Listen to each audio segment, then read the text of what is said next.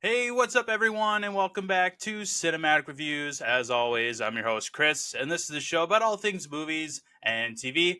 We've got a racing filled episode for you today. We're going to go over one piece of news that dropped a couple days ago, as well as one movie reaction, and then that'll lead us into today's featured film, F1 the Movie, starring Brad Pitt. A couple reminders at the top of the episode. You can watch the show every week at youtube.com/the cinematic reviews. You can also listen to the audio version on Spotify, Apple Podcasts, Amazon Music, and many more platforms. You can also follow the show on X, Facebook, and Instagram. Also, feel free to hit that subscribe button on the YouTube channel. It helps the show out a lot, and I appreciate all the support over the years from everybody. With that, let's head over to news and reactions.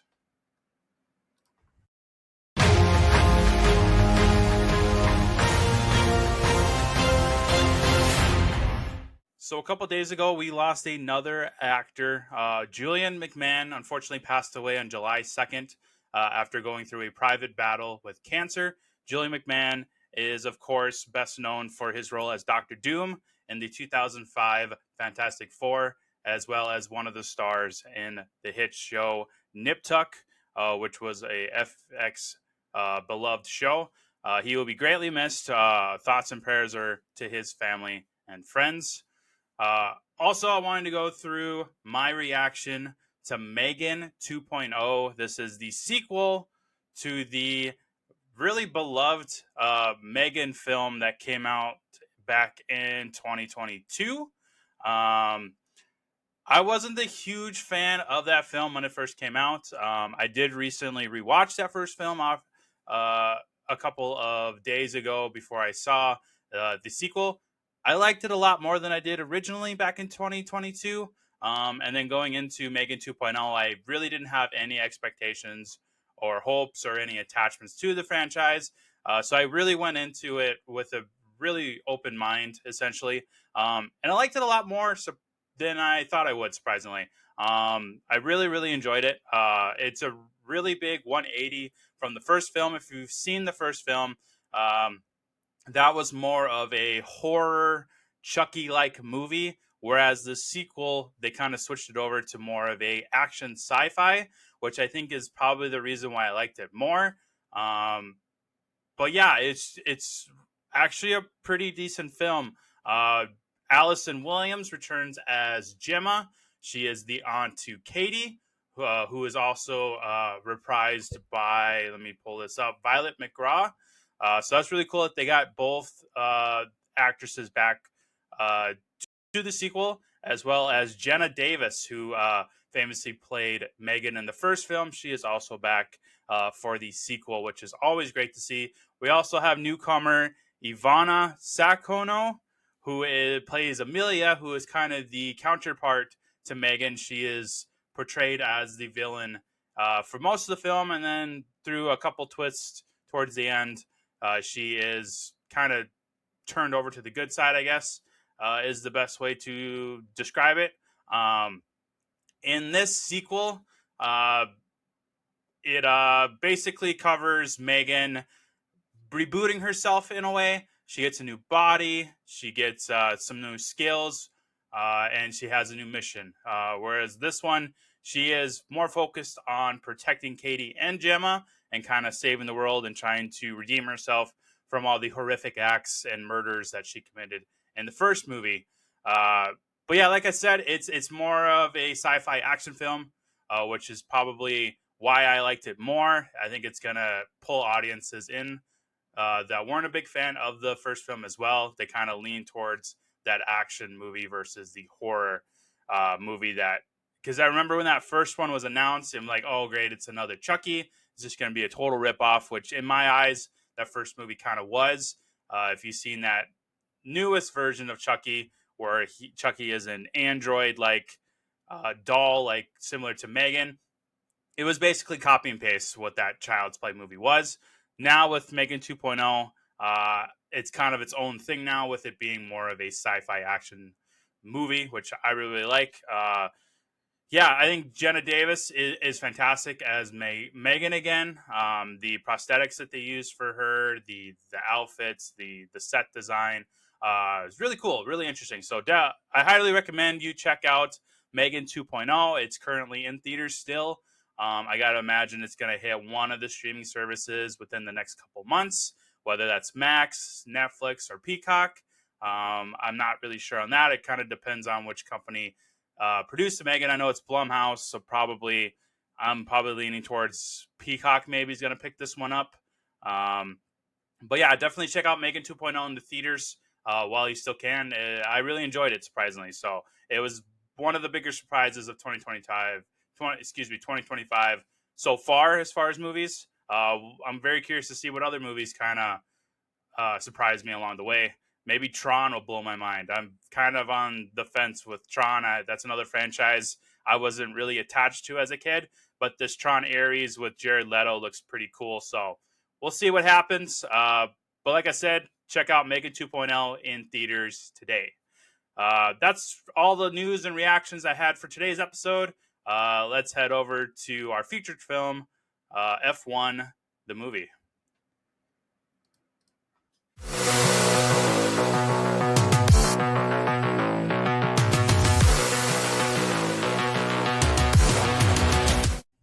So, like I said, F1, the movie, is our featured film of today's episode. This is a movie that I've been super excited about ever since it was announced last summer, I believe. And now it's finally out. It's blowing people's wigs off. It's blowing people out of the theater, basically. This is one of my favorite films of the year so far. And it's crazy to think that we are still only in July. But yeah, this film exceeded my expectations, and my expectations were pretty high for this. Joseph Kosinski directed this film. He is, of course, the director of Top Gun Maverick, which blew our minds back when that came out. And then this has got similar Top Gun Maverick vibes, except we have Brad Pitt in a race car. Um, yeah, it's really fantastic. Racing films are one of the genres that I've really been attached to. Um, we've had a few really good racing movies, and I'll go into that during today's ranking segments where I give my top 5 racing films. Um, but kind of on a more personal note, my grandfather, he was a really big NASCAR race car guy. Um, he would have really liked this movie. It's unfortunate that he's not here to see it because I think he would have loved it. And I thought about him pretty much through that whole movie. I thought about, how would he describe what's going on? How would he relate to it? He worked on race cars. He was really tapped into that racing world. So I would have loved to get his take on it. But fortunately, I can't do that. Hopefully, one day I can have that conversation with him again. But yeah, this movie is really fantastic. Brad Pitt's amazing once again, like he always is. But yeah, Joseph Krasinski again just nails it with his directing, his dedication to giving us an authentic movie experience. I'm gonna really compare this to Top Gun Maverick a lot because it's got that vibes. It puts you right into the race car with Brad Pitt. Very similar to what he did with Tom Cruise and Top Gun Maverick. You felt like you were in that jet with Tom Cruise, and he brought that energy into F1, which I think worked in its favor and made the film even better than what it really could have been on paper. But Brad Pitt holds his own in here. I was always a really big fan of Brad Pitt. I think the first film I ever saw him in was probably, ironically enough, Meet Joe Black, which is not one of his most beloved films. But if my memory serves me right, I think that was the first time I ever saw him. And then eventually Fight Club came out. I tapped into Seven, which is one of my favorites. And then he went into did the Ocean's films with George Clooney. He's done a lot of other films over the years, Mr. and Mrs. Smith, which I really like. And then he most recently did Bullet Train a few years ago, which was really awesome. But yeah, Brad Pitt, he's a Hollywood icon. Everybody loves him. He's a great person. He, of course, famously was married to Angelina Jolie back in the day. but they have been separated for a while now, and he's kind of doing his thing. Um, but yeah, he is absolutely fantastic. I think there's a few actors that could pull this off, but I think this role was really tailored to his skill set and him as an actor and a person. You could have thrown somebody in there like, say Tom Cruise if we're going to ride the Top Gun train. Yeah, Tom Cruise could have did this. He's done it already with Days of Thunder, which I guess is getting a sequel after the success of this movie. Surprise, surprise. Um, Maybe there's even rumors that Tom Cruise might even be in the sequel for F1, which has already been announced in the works. Which again, surprise, surprise, this with what this movie's doing already in the theaters after only being out for a couple of weeks. Um, yeah, maybe we'll get a Brad Pitt, Tom Cruise team up. Uh, you could have probably put. I'm trying to run through my catalog of actors. Maybe Tom Hardy. Tom Hardy would have been interesting in this role. Um, Maybe I think Tom Holland. I love Tom Holland, but I don't think he could have did it. I don't think Brad Pitt or Chris Pratt could have did it. Chris Evans, maybe. Henry Cavill would have been interesting, but it'd be hard to see, big old Cavill squeezing into that tiny little Formula One car. Um, but I guess, yeah, quickly running through a lot of these names. George Clooney maybe could have done this. Tom Hanks would have been interesting.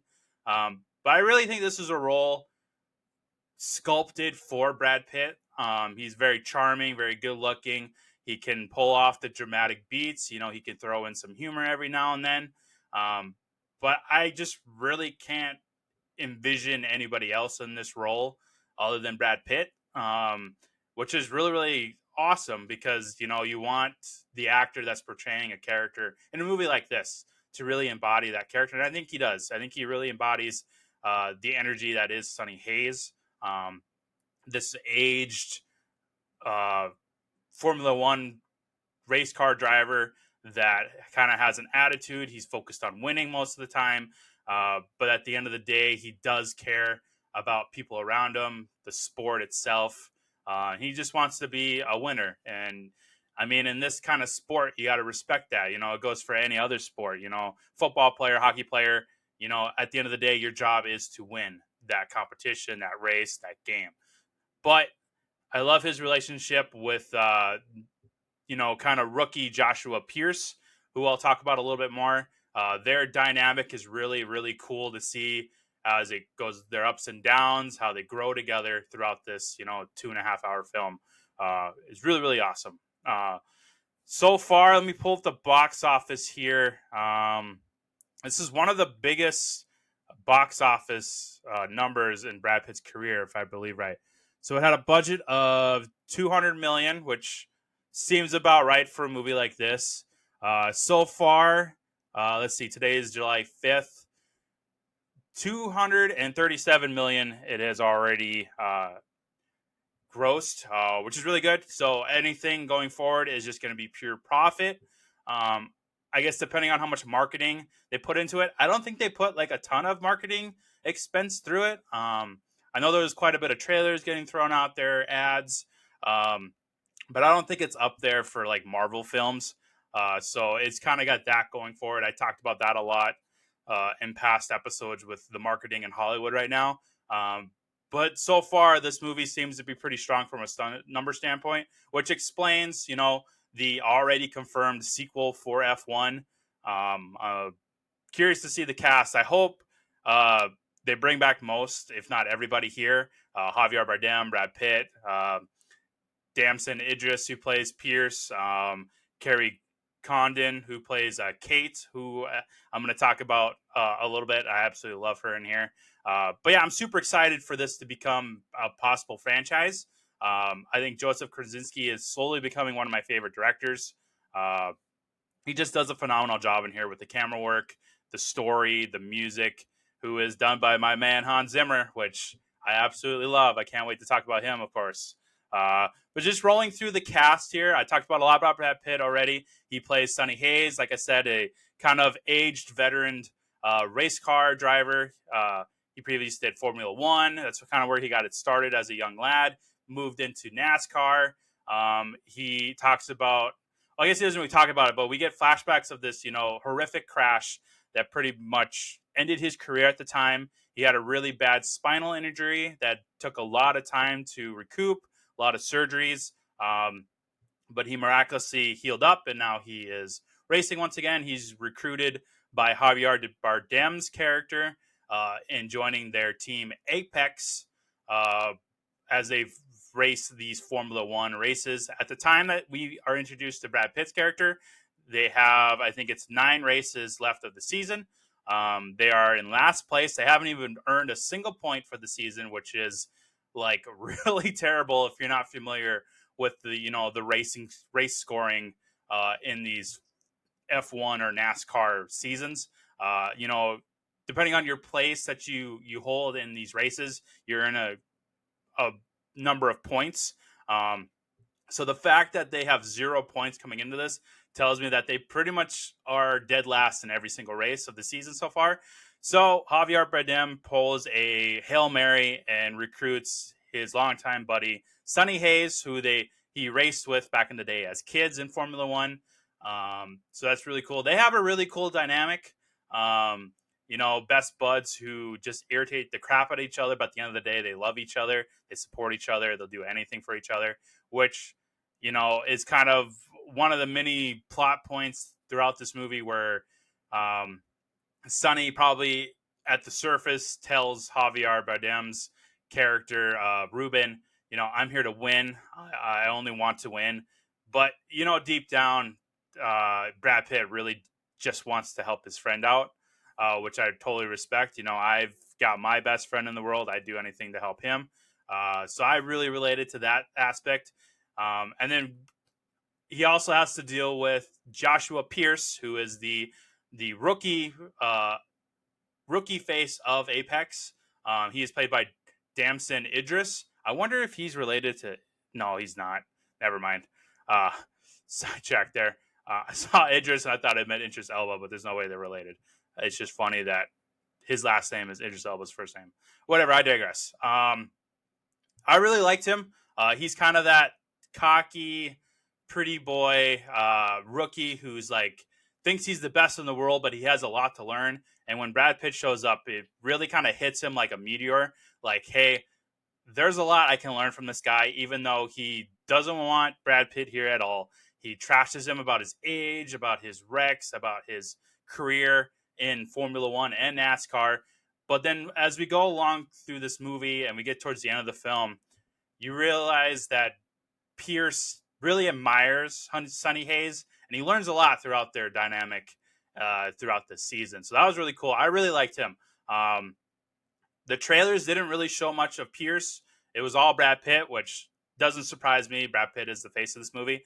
But I'm really glad that they kind of withheld a lot about the Pierce character. I think going into this, all I really know is that he was the young guy. He was already on the team. So not getting a whole lot of his backstory with his mom, with his best friend, who's kind of his manager, was really cool to kind of get that thrown at me as a surprise. His dynamic with his mother is really, really cute. Really, really heartwarming. His best friend / manager does a lot of that social media stuff. But yeah, Pierce is an interesting character, and I love his kind of character arc throughout this movie. Same thing with Brad Pitt. It's kind of like they kind of go the same path almost, where they both are very full of themselves. They both want to win, but like they want to be the ones to win. They're not really good as part of a team, and you can see that really early on with the Pierce character and how he treats the crew, from race to race. And then similar to Pitt, I really like that scene at the very beginning of the film where we're introduced to Sonny Hayes. He's going through this long 24-hour race, and you can really tell where his mindset is by when he says, "Don't wake me up if we lose the lead." And then there's another moment there too where he's talking to the driver that they're swapping out. He goes, "You lose the lead, I'm going to kill you." Really showcasing that Sonny Hayes only wants to win. That's all he cares about is being number one, being the best in the world. So again, if you're not familiar with how Formula One or NASCAR works, there's certain Grand Prix races that go on for 24 hours. You get, I think it's depending on the race, you get like 2 drivers or 3 drivers or even 4 drivers, swapping out in hour increments. I think with the one they just showed in the film, I think it was a 12-hour block, um, or maybe 8 hours. I can't remember what it was. But so that's kind of fills you in on there if you're not too familiar with how some of those races are. There are 24-hour races out there, those Grand Prix where you have to have a team because there's no way your body can handle 24 hours straight of driving. So it's kind of like a tag team race, which is really really cool. Um, but yeah, so that was really cool to see how Pierce and Hayes kind of start at the same point. They go through their dynamic, through their teamwork and their relationship with each other, and then they kind of meet at the end where they both grow as people and they both learn to work as a team and care about their crew members as well as themselves. They butt heads a lot throughout the movie, which is really fun to see. Pitt and Idris kind of butt heads, crack jokes at each other, throw each other on the bus, and then they start to slowly realize that they have a lot in common and that they need to essentially work together if they're going to make Apex successful. So really, really cool dynamic between those two. Um, Javier Bardem, I've mentioned a few times already. He plays Ruben Cervantes. He is the I think he's not really the owner, but he's kind of the manager or face of the Apex team. He works a lot with the board and Tobias Menzies' character, Peter Banning, who is a member of the board that comes down and tries to fix Apex and make it a great racing team. But Javier is great. I love him. I remember watching him first in No Country for Old Men. Fantastic actor. Absolutely love him in here. I love how he plays the Ruben character. Um, very excited about racing. You could tell that he's a former racer by the way he talks and the way he acts and carries himself around the team. But he's also a very, how do you say, very strict at the same time. He has a lot of respect for Pitt, but he also has a lot of dread with him as well. Kind of, he knows Pitt the most. They grew up together. They race together. He knows how Pitt thinks, and and their relationship they kind of butt heads a lot too, which is really cool. You can tell that Javier gets very very frustrated with Pitt sometimes. But at the end of the day, they're best friends and they love each other and they support each other. So I love their dynamic as well. It's really really fun. Then we have Carrie Condon, who plays Kate McKenna. She is kind of the, how do you say, tech. She's like the chief tech operator. She kind of works on the car. She tries to make modifications, upgrades to it. The biggest thing she researches and kind of tackles in the movie is how the wind, how the air kind of affects the car as you're going, 200 plus miles an hour around the turn. So that was really cool to get her in there. As well as, I didn't mark her down, but I wonder, I can't remember the name. One of the crew members, she was really good too, and she was was it Jody, played by Callie Cook. She was one of the crew members also, where she's the one that swaps out the tires. It's really cool to get their perspective in a sport that's been pretty much been a male dominated sport. But it was really cool to kind of get a couple of female characters in there, as well as Pierce's mom, who starts to slowly get thrown into the Formula One world through her son. But it was really cool to see those two get kind of a female perspective to the sport. But I really loved them. I really loved Carrie Condon in here. I hope she returns to the sequel, maybe even as the crew chief. I think that would be a really cool character growth and throw some more challenges at her if she kind of got promoted to the crew chief in the next film. That'd be really cool. But I really like her. I love the upgrades that she does. She's the one that designs the special kind of blade like things underneath the car to help it maneuver better through the turns. They called it the combat upgrades, which I'll get to in a little bit. I love that whole kind of subplot to this about C is for combat. That was really cool, and how they talked about, a lot of people think that Formula One NASCAR is just people going in a circle. It's a lot of defense and offense, and I really like how Brad Pitt convinces the team that they need to start going on offense and creating this C for combat mentality, which is really, really awesome. And it causes a big stir within the Formula One series as like, oh, these upgrades could be illegal, but turns out they're not, um, which is really cool. I didn't expect to go into this movie getting that thrown at me about how, being very, very offensive through combat in Formula One, like that's something I never really thought about when I ever watched NASCAR and stuff like that. But it was really cool. And then the last name, I've mentioned him already, Tobias Menzies, who plays Peter Banning, kind of like their connection to the board members of Apex. He comes down and he works with Javier a lot, works with Brad Pitt a lot. They kind of get the team back on track.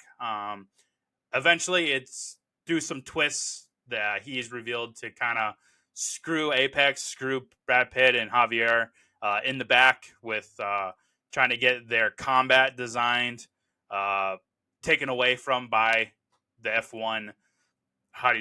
What do you call it, the board or whatever? But those are totally legal. He was just trying to sell the company in order to make money and reshape it how he wants to. Basically, he wanted to kick Javier out and be in control of Apex. So he's a scumbag. Tobias Menzies is a great actor, but for some reason, he always plays characters that are just douchebags. Like The Crown, he plays Prince Philip, I believe. Kind of a douchebag in there. I remember he was in an episode of Black Mirror. Really a big douchebag in there. And then in here, he's a huge douchebag. So Tobias, unfortunately, has this persona of playing only douchebags in films, even though he's a great actor. Like, he's been in a bunch of things. I think he's awesome, but he's just always the douchebag. So, so that kind of rounds out the cast. I got a couple more notes I wanted to hit here. The action stunt choreography is like chef's kiss. Like, this is fantastic. I already mentioned it already, but the way Krasinski directed and filmed this, I need to look up the cinematographer because that guy is freaking nuts. Let's see here. Let me go to the crew here. I'm gonna look up where is it? Cinematographer. Where was he? Claudia Miranda. How has he done? Okay, so they had the same director of photography for Maverick and Oblivion, which there you go, you have it. That's Krasinski's guy. The way they went about this was smart. They literally put you in the car with Brad Pitt, with Pierce, with all the other drivers in this movie.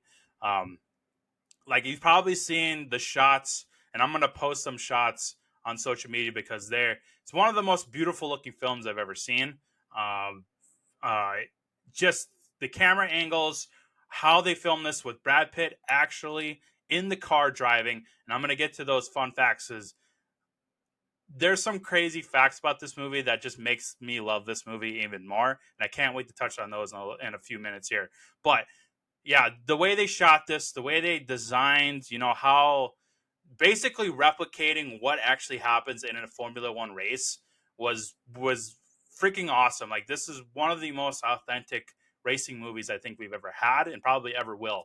We'll see what happens with the sequel if they can kind of replicate this. But the way I see this is going to turn into the Top Gun franchise of racing, which is very, very exciting. I'm really glad that we finally got a really, really awesome and authentic racing movie. The closest one that we've gotten so far is probably Ford v Ferrari with Damon and Bale. The racing in there isn't as much as this movie, but it's really authentic and really cool. This is kind of like Ford v Ferrari on steroids, but like a lot of steroids.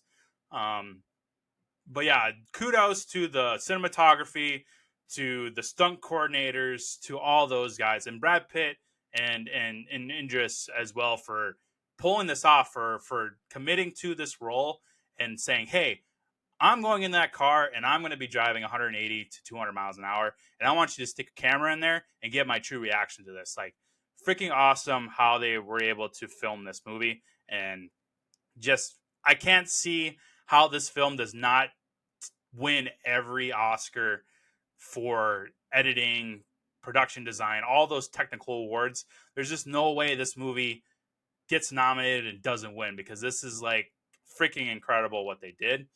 Same thing with Brad Pitt. I don't see how Brad Pitt doesn't get a Best Actor nomination. And F1 itself, this has to be a Best Picture nominee because it's what Krasinski did is freaking fantastic, and he deserves a Oscar for director. Now, will he win? I really hope he does, but he needs to at least get a nomination because this movie is like Oscar worthy shit here. Like, I know I haven't been the greatest fan of the Oscars, but I gotta have a tiny little bit of hope that F1 is gonna win a lot of Oscars because of what it accomplished on film. Uh, yeah, it's just really incredible. I talked about it a lot already. The Sonny versus JP, which is the nickname for Joshua Pierce, their dynamic. Really love it. I I didn't expect to love Pitt, and I've never seen this guy before, Damson Idris. I wonder what he has done already. So he did the F1 movie. Then he was in the show Snowfall, which is an FX movie. I never watched that. So this is my introduction to him, and I hope he gets put into a lot of films. He held his own with Brad Pitt. You know, Brad Pitt comes with this really big chip on his shoulder as being, you know, Hollywood's pretty boy.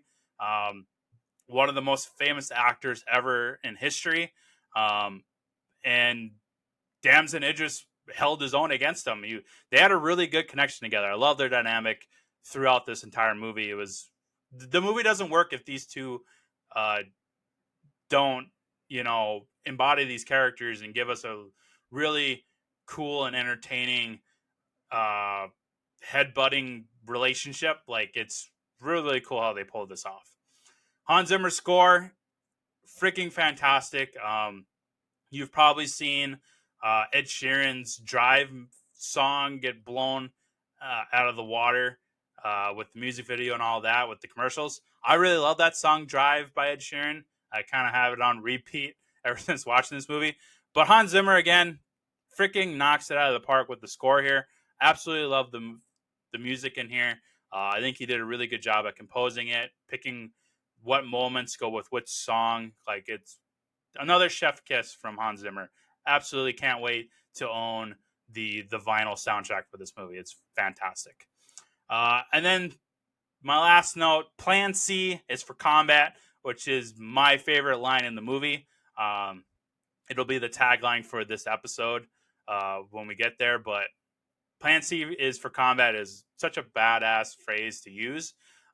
This is, of course, referring to Kate's design for the Apex car that has been branded the shit box of Formula One. Now with Brad Pitt coming in with Kate and her design to battle other drivers, it was really cool. All it is, it seems very simple when they show it in the movie, but it makes a huge difference. The upgrades that she does in there, it's just a little kind of blade-like plate that goes on the sides of the car to help it maneuver through the track. It seems like a really small, minuscule thing, but when you really dig into it, it makes a huge impact. How much just a small little adjustment can make on a car. It's fantastic how they kind of get to that point in the movie where she builds this really simple design, but really effective one as well, on how to combat the competition during these Formula One races. It's fantastic. I absolutely love it. So I jotted down 5 really cool facts about the movie that I wanted to share on the show today because it blew my mind. I knew going into it that a lot of this was done practically, but when I went through, you know, the IMDb page for this movie and went through kind of the fun facts that they list on there, this stuff is really incredible. So the first one I have on there, filming took place during various Grand Prix weekends during the 2023-2024 seasons. Like, they filmed actual Grand Prix races. Like, that is really awesome that they incorporated this movie into a legitimate Formula One race. Makes this thing like one of the most authentic movies ever. And I wish more movies did this, where they give us such an authentic experience. That's the thing that I have issues with, like Disney and stuff, where they're using, you know, the blue screen and visual effects and all that. Joseph Krasinski is going to actually take us to a Grand Prix race and film this on camera.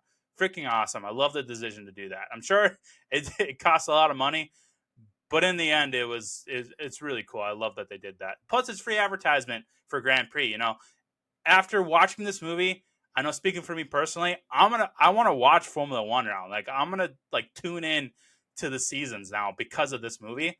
Um, and I think that's gonna be for a lot of people they're gonna watch this movie and they're like, do I love racing now? Because that was really, really awesome. So I think it's really good free, not really free, but it's really easy publicity for Formula One, NASCAR, all those racing sports out there. So it's really cool that they were able to do that. Director Krasinski has stated that they had over 5,000 hours of footage.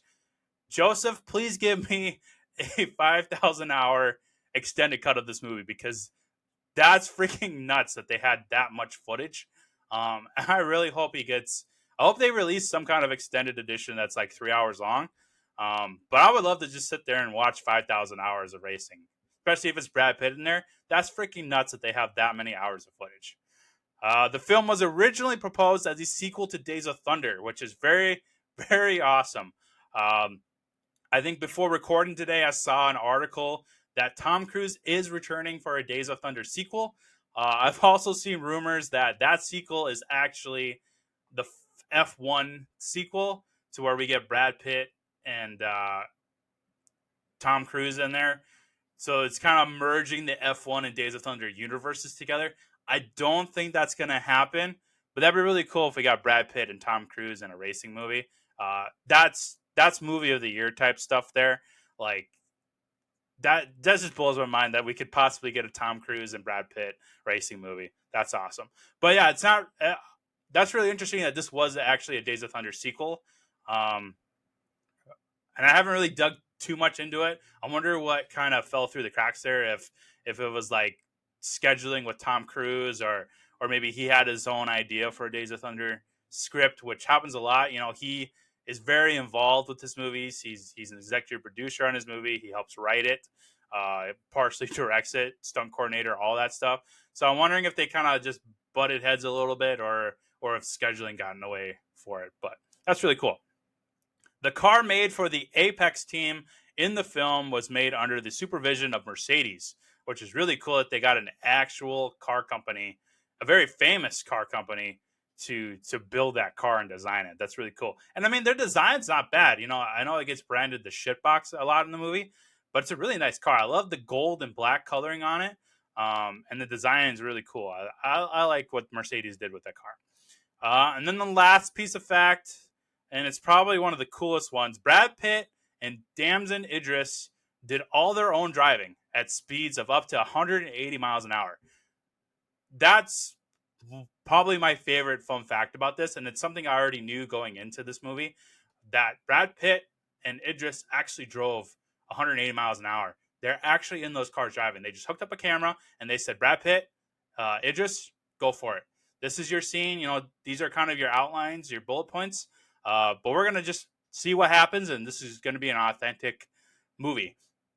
That makes this movie one of the best of the year because you have your two main actors actually doing the stunts. That's why I love Tom Cruise movies, because Tom Cruise is actually doing those stunts. He creates an authentic movie experience, and that's what they continue to do in F1, and I absolutely love it. More movies need to do this, where they're on location, they're training their actors to do the actual things in the movie. Freaking awesome. It makes it 100 times better as an experience. Absolutely love it. Is this the best racing film ever made? I'm going to talk about that during the rankings. But that's one of the notes I had written down. I have my thoughts, and I'm sure a lot of people have their own thoughts about it, but I'm going to touch on that on rankings. But yeah, so that's F1 the movie. It's currently out in theaters right now. It'll probably hit one of the streaming services. I think Apple did this one along with Paramount, I believe, but I gotta imagine it might end up on Paramount Plus as well as Apple TV Plus. But this is a movie I'm definitely buying to go with my collection of movies. I can't wait to watch this over and over again because it's one of the best experiences I've had. Not just this year in movies, but like any of the years in general. This is slowly becoming one of my favorite movies of all time because of what they were able to do on camera. All that stuff is just freaking blow my mind. So go ahead and see Brad Pitt in F1 the movie today while it is in theaters. Go see it on the biggest and loudest screens possible. It'll make the experience 100 times better if you go to an ultra screen, ultra IMAX, or whatever it is close to you. Just pick the biggest and loudest screen. You're going to have a blast watching this movie. So, with that, let's head over to today's rankings.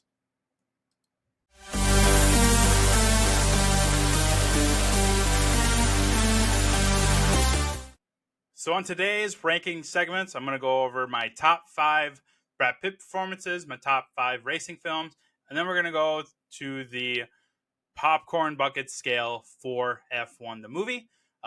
First up, we're going to do the top 5 Brad Pitt performances. I'm going to pull that list up right now. I had to really think about this. There's a lot of great Brad Pitt performances that I love. But I did end up narrowing it down to 5, and then I have an honorable mention in here because I just wanted to talk about it briefly on here. So I'm going to go from the bottom up. So we're going to start with the honorable mention, and that is Bullet Train. Bullet Train, I just recently rewatched to kind of get into the Brad Pitt mood of today's episode. He plays Ladybug, kind of like a secret assassin that's stuck on this bullet train in Japan. It's kind of like Brad Pitt's John Wick, I guess. And I hope we get another one because this is a really, really awesome movie. He's really good in there. It's kind of a more goofy Brad Pitt, which I don't think he's done a whole lot in the past. But I really like this version of Brad Pitt, and I wanted to at least mention it today, even though it didn't crack my top 5, but it's definitely in my top 10 favorite Brad Pitt movie performances. So Bullet Train, definitely check that out. It's a little bit different than what we're used to with Brad Pitt. Number 5, so this is where the official list is going to start.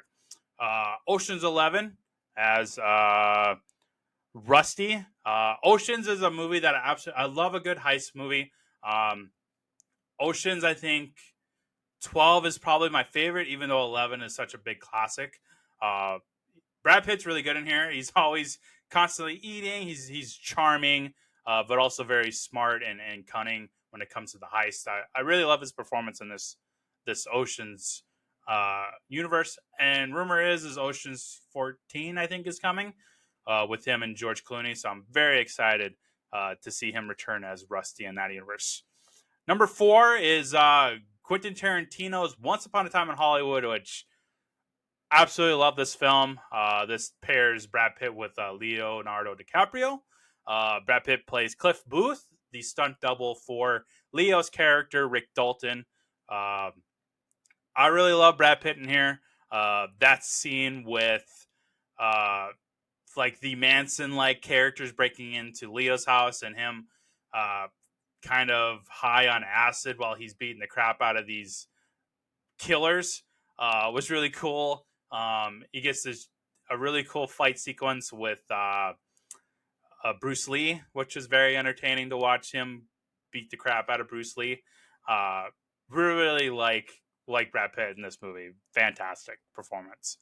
Number 3 is Seven, which is kind of controversial. I know people are probably like, how could you have Seven in the top 5? He's kind of an idiot in there. Well, that's what I love. I love that Brad Pitt is the pretty boy of Hollywood, like a lot of people refer to him and what I keep referring to him.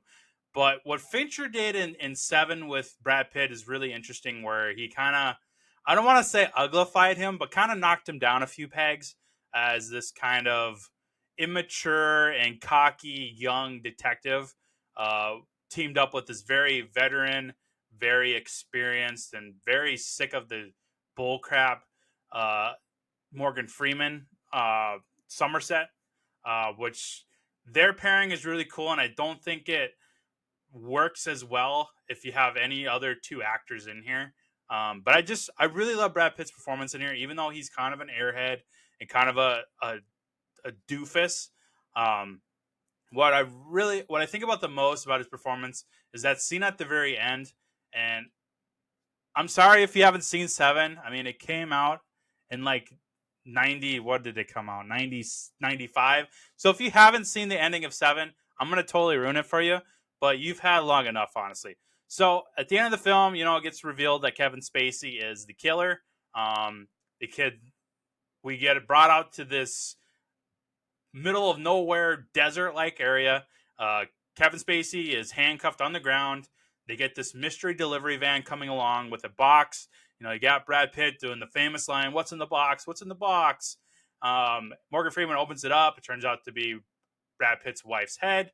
And Brad Pitt has this very moral dilemma where he is filled with rage on fighting that rage to not kill Kevin Spacey, because you have Morgan Freeman running over. He's like, "Hey, Mills, lower the gun. You shoot him. This is his plan. You are the final piece." And unfortunately, Brad Pitt ends up blowing Kevin Spacey's brains out. Honestly, though, I think most of us would have did the same thing in his mind, which I guess is kind of the moral of the story. Is like,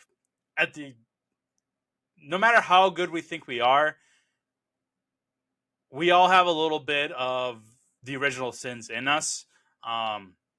It's just a matter of controlling them. But honestly, put into that situation, I personally probably would have taken a shot too if that was my wife or one of my family members. Like, I totally relate with them. But the way Brad Pitt plays that role in that scene is just really well done. I don't think it becomes this iconic scene if it's anybody other than Pitt, because he just plays it so well. I just absolutely love it. Number 2 is Fight Club, another David Fincher film. Brad Pitt plays Tyler Durden, opposite that of Edward Norton. This, of course, it's Fight Club. I'm not going to go too far into it because I'm sure a lot of people have seen it already. Brad Pitt, Edward Norton form this kind of secret fight club to where they kind of become men and try to push back on society. They come up with this big ass heist where they're going to blow up the world banking system and drop everybody back down to zero. So there's no debt in the world. There's no bills, no nothing. But it turns out Brad Pitt is just a figure of Edward Norton's imagination. Like, Edward Norton is Brad Pitt, and that's the big kind of twist reveal in Fight Club, that they are the same person. It's just Edward Norton losing his mind to where he projects himself as Tyler Durden at moments, and then other moments it's the narrator, which they call him in there. But Brad Pitt's really cool in here. I love it. I love the fight scenes in there. I love how he presents himself in there, his philosophy behind it. Like, he's just phenomenal in here.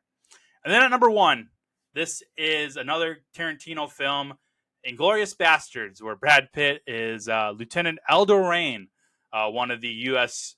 Lieutenants against Hitler's army during World War II. Phenomenal movie. One of my favorite World War II movies ever. My favorite performance of Brad Pitt. He's got the accent.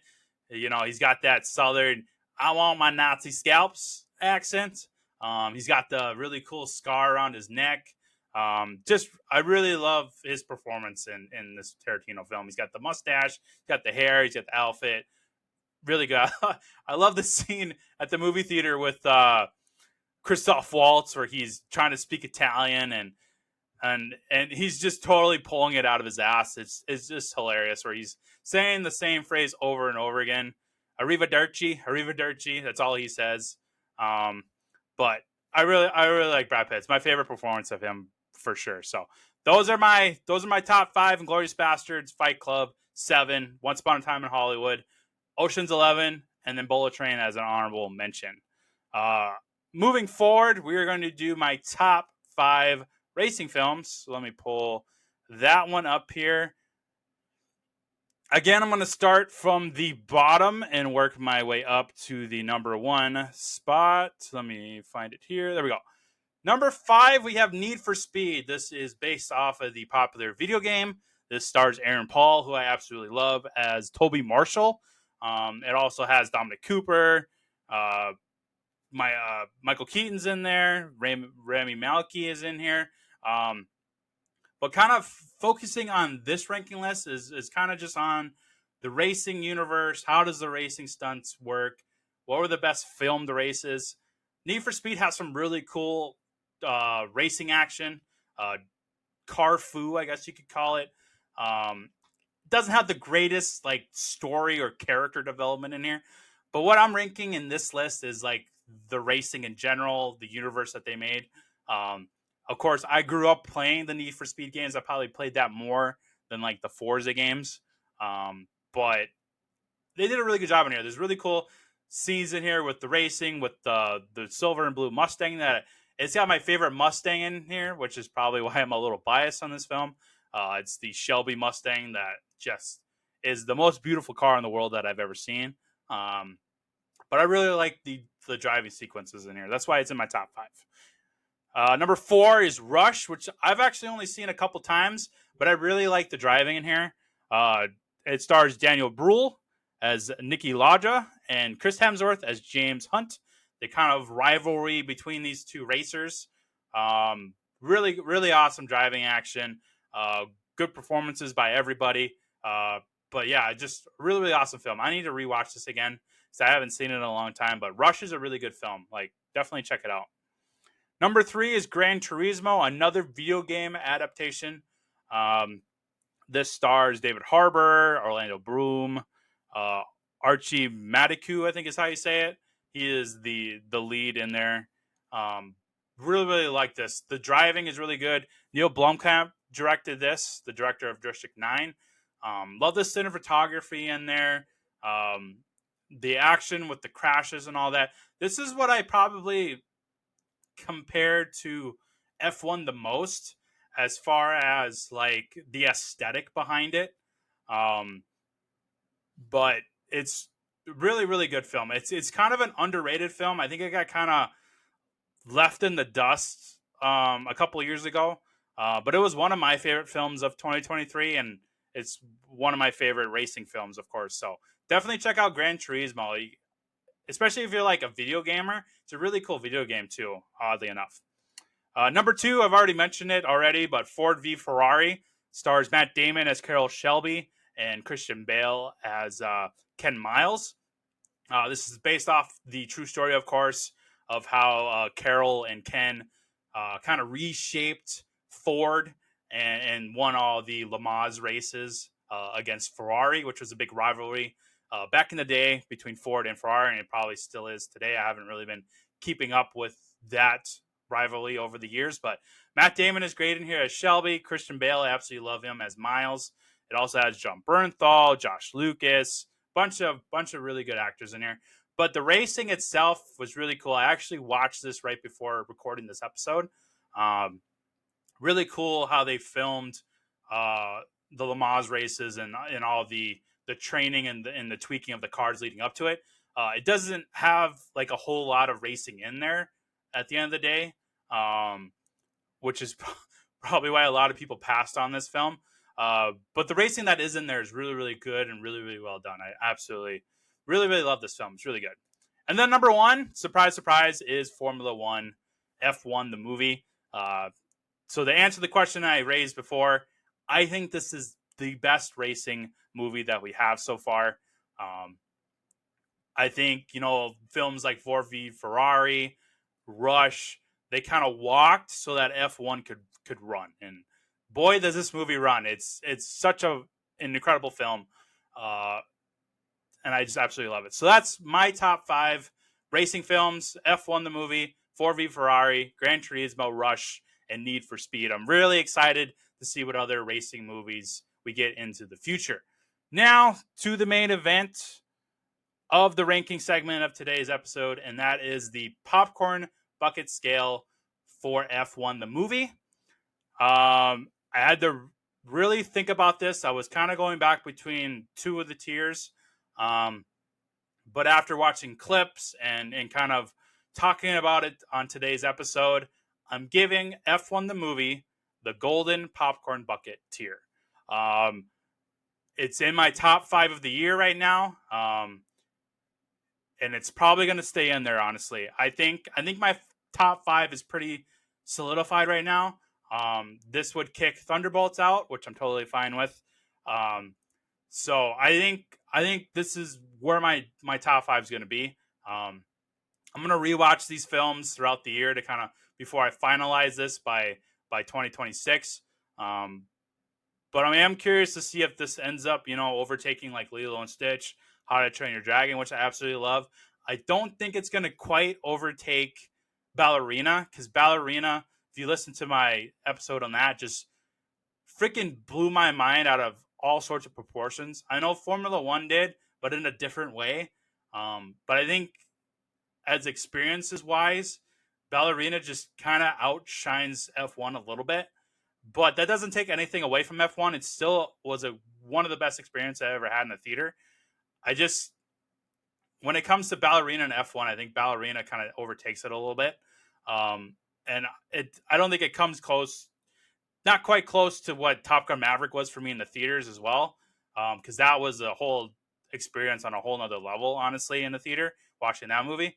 But this was getting pretty close to it. And that's why it's in my top 5, because it's just one of my favorite experiences ever in a movie theater. So that is my ranking for F1 the movie. I'll post both the racing rankings, the Brad Pitt's rankings, and then of course the popcorn bucket scale ranking on social media. So check those out. Looking ahead to the schedule coming up, Jurassic World Rebirth is currently in theaters. So that my review episode of that will be coming out within the next few days. And then we're going to start the Fantastic Four season. I'm going to review the Chris Evans Fantastic Four and Fantastic Rise of the Silver Surfer movies. Then we're going to move on to the 2015 Fantastic Four movie starring Michael B. Jordan, Kate Mara, Miles Teller. And then that'll lead into the Fantastic Four First Steps MCU project coming out on the 25th, I think, of July. So that's the next kind of block of season that I'm going to be covering. In between there, my Superman review will be releasing, because that comes out next week already, which is really exciting. I'm super excited to finally see James Gunn take on Superman. So that episode will also be dropping out probably a few days after it releases in theaters, just to kind of give everybody time to see the film, and then also gives me time to process it and kind of give my thoughts and my rankings on it. So that's kind of the schedule going forward. I'm going to post that schedule on social media as well, so you can kind of follow along with it and kind of plan when you want to see those reviews. So that's it for today. Always remember, C is for combat. Later, everyone.